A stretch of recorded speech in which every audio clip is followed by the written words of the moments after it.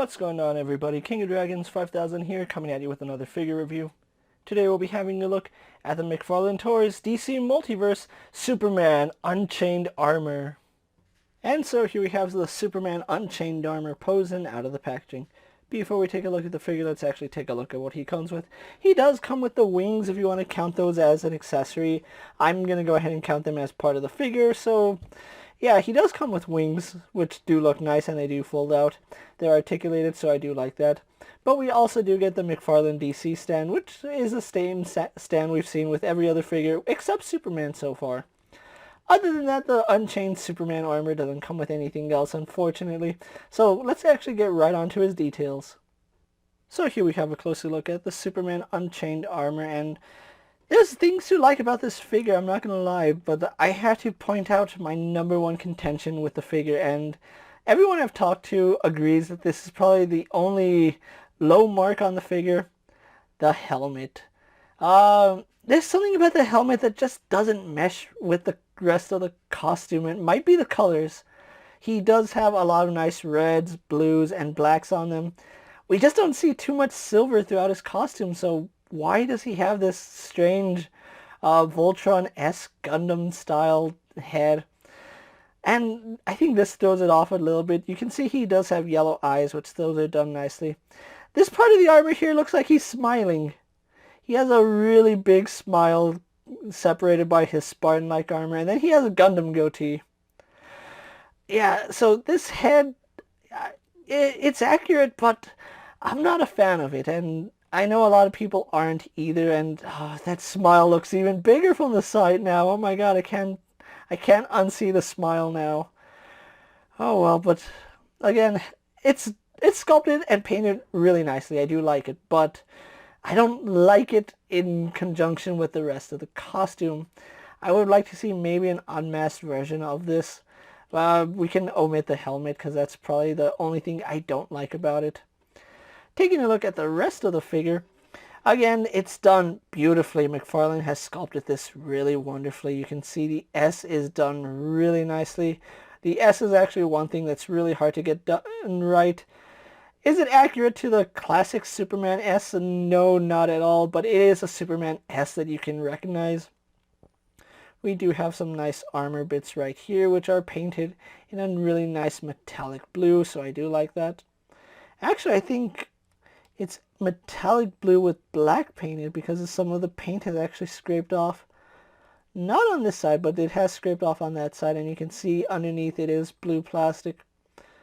So I do like how the overall design of the armor looks, and the wings do give it somewhat of a cape look to it.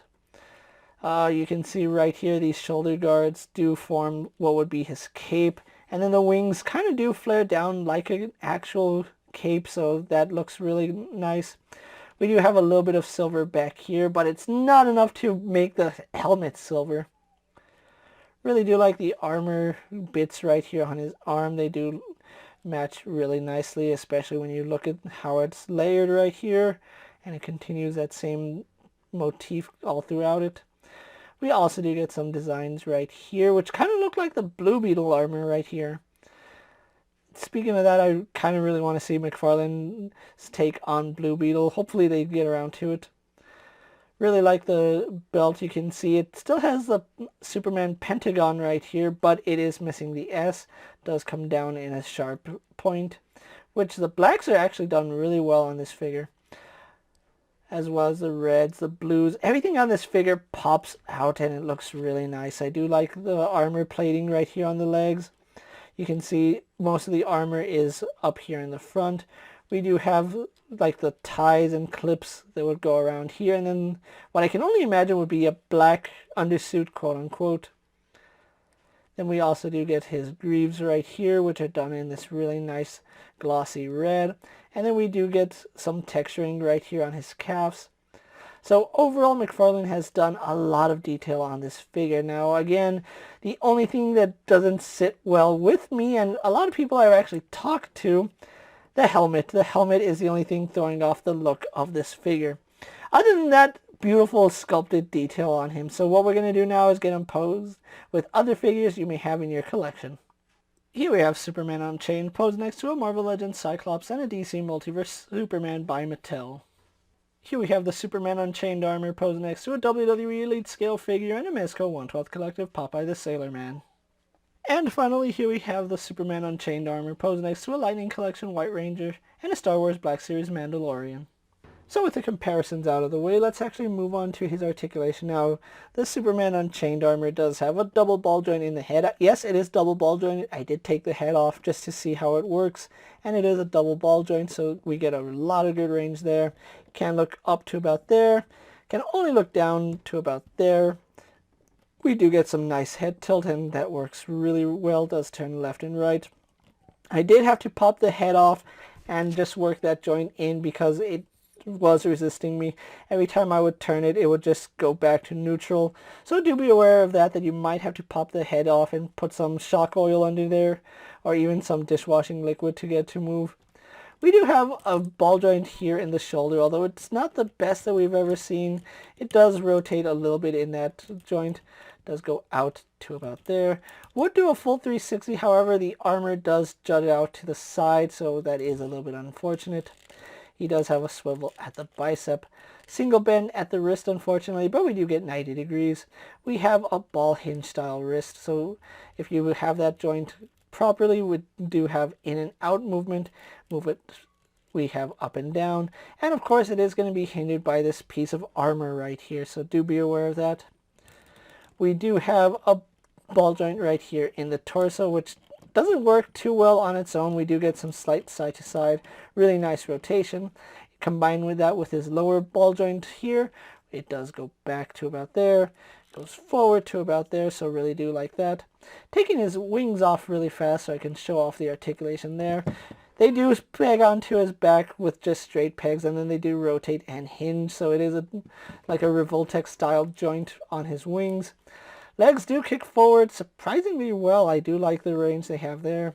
They go back only to about there. Go out full splits, no problem there.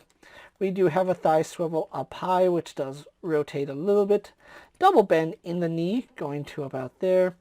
We also do have a hinge ball joint right here in the ankle. Unfortunately, the way his boot or greave is designed, it only rotates slightly. We get a hinge up and down, forward-facing pin for some slight rocker ankle, and then we also do have a toe joint. So overall, the Superman Unchained armor has pretty decent articulation for being a character in armor, and it actually functions, so I do like that.